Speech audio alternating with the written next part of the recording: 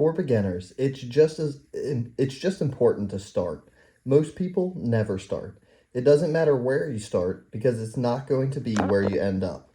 With real estate, it's hard to make a bad decision.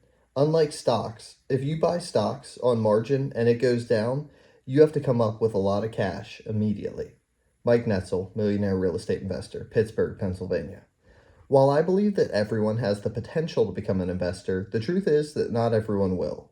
In my experience, you can walk up to anyone and ask, "Would you like to be wealthy?" And I'm certain his or her answer will be yes. However, most people won't achieve it for the simple reason that they are wishful instead of willful in their thinking. This difference makes all the difference. While the wishful enjoy the idea of big financial success, the willful enjoy the actions that lead to real financial success. Some people have a great life just in their heads, and some people just have a great life. It all comes down to how you think and whether your thinking naturally leads you to take action. It's thinking for the sake of doing instead of thinking for thinking's sake. Millionaire real estate investors are not the kind to get lost on the sidelines. They watch the game unfold, and as soon as they feel they understand what's going on, they dive in and play. They think action. They take action. Nina's rule, watch your posture. Nina, a good friend and a personal trainer, shared with me the fact that one of the first things she works on with her clients is their posture. That surprised me because I would have thought the first thing she'd teach them would be exercises. When I asked her to explain, her answer was remarkably simple. Posture is exercise, and our posture in daily life, the way we sit at a desk or stand in a line, has a bigger impact on our physical well-being than we could imagine. It is more important exercise for our health, she explained, than the crunches we do or the weight we press. While the best of us work on our muscles a little each day, our posture is at work 24 hours a day. Medical research supports her point of view. Posture has a measurable and profound impact on a person's health. The challenge is that posture is unconscious. It's a habit. Unless you're thinking about it actively, you aren't usually aware of whether you've got your shoulders square or your back straight. If you just sat up straight in your chair after reading that last line, welcome to the club. Thus, Nina's first job is to ask her clients to start paying more attention to their posture, and in doing so, build stronger, healthier bodies. Since habits, even physical ones, are the product of one's focus and thinking, one could say that an able body is the product of an able mind. Nina sold me on the principle, and I've come to think of it as Nina's rule. What's surprising is how applicable it is to your financial health.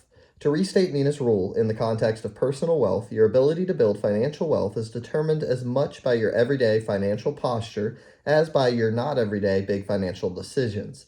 I'm talking about the unconscious and seemingly inconsequential spending decisions you make on a daily basis. These little decisions set the stage for your big decisions and their habit forming. Most people don't make this connection. Warren Buffett put it the best when he said, "There's a tendency with small decisions to think you can do them for not very good reasons." The truth is that as an investor, all of your financial decisions, big or small, should be good reasons.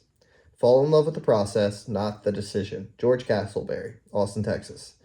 In the context of this book, you need to develop the financial posture of a millionaire real estate investor, the unconscious habits that guide you all day, every day.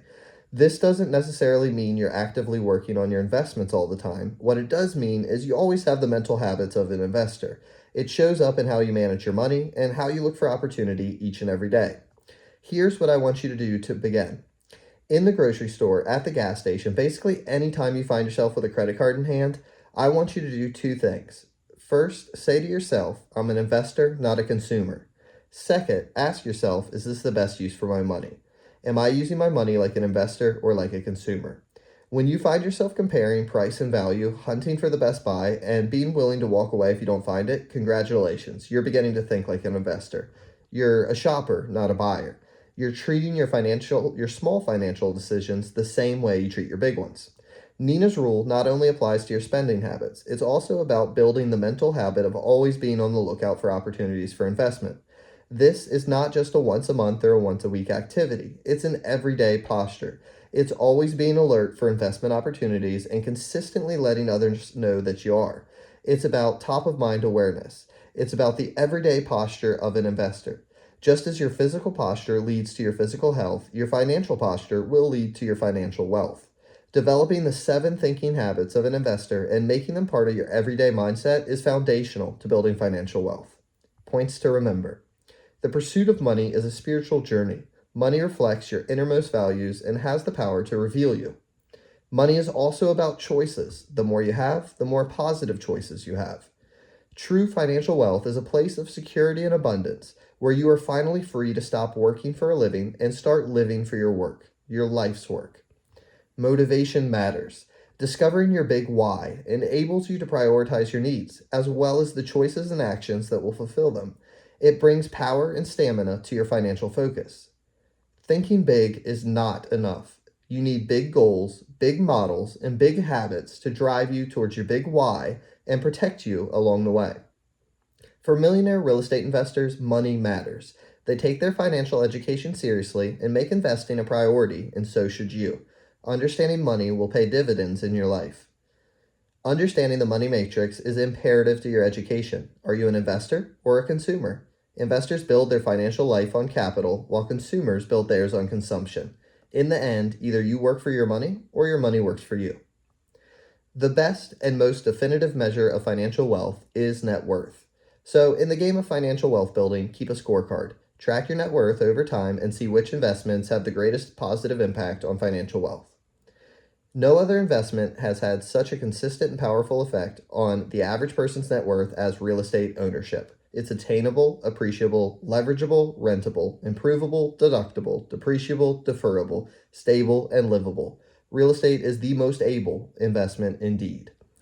Real estate investment thinking follows a process that saves time, reduces risk, and keeps you focused. Simply put, you must know value to recognize opportunity, and you must find opportunities before you can do deals. Investing requires action. Successful investing requires the right action. Observers, speculators, and collectors are not true investors. Investors take action, minimize risk, and buy based on investment value. They are a breed apart.